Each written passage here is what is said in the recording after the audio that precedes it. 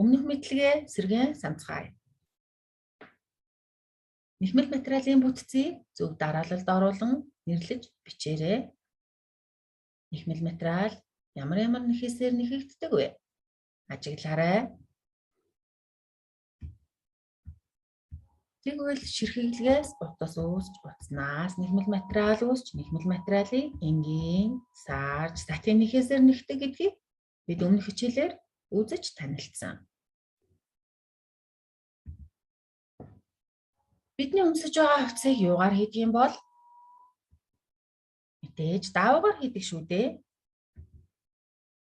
Бид юуны өмнө даавууныхаа талаар сайн мэддэг байх шаардлагатай учраас өнөөдрийн хичээлээр төрөл бүрийн даавууны шинж чанарыг туршилтаар тодорхойлж таньж сурцгаая.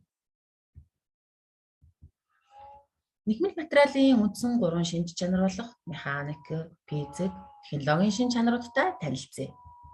Механик шинж чанарт бүх шинж чанар, хүчийг чанар, атрин амрах чадвар багтдаг. Тэгвэл физик шинж чанарт дулаан хадгалах, тоос татах чанар, будаг гарах чанар багтдаг ахнэ. Технологийн шинж чанарт сунах чанар, сэмрэх чанар, агших чанар багтдаг юм байна. Одоо бүгдээрээ туршилтаар тодорхойлцгоё.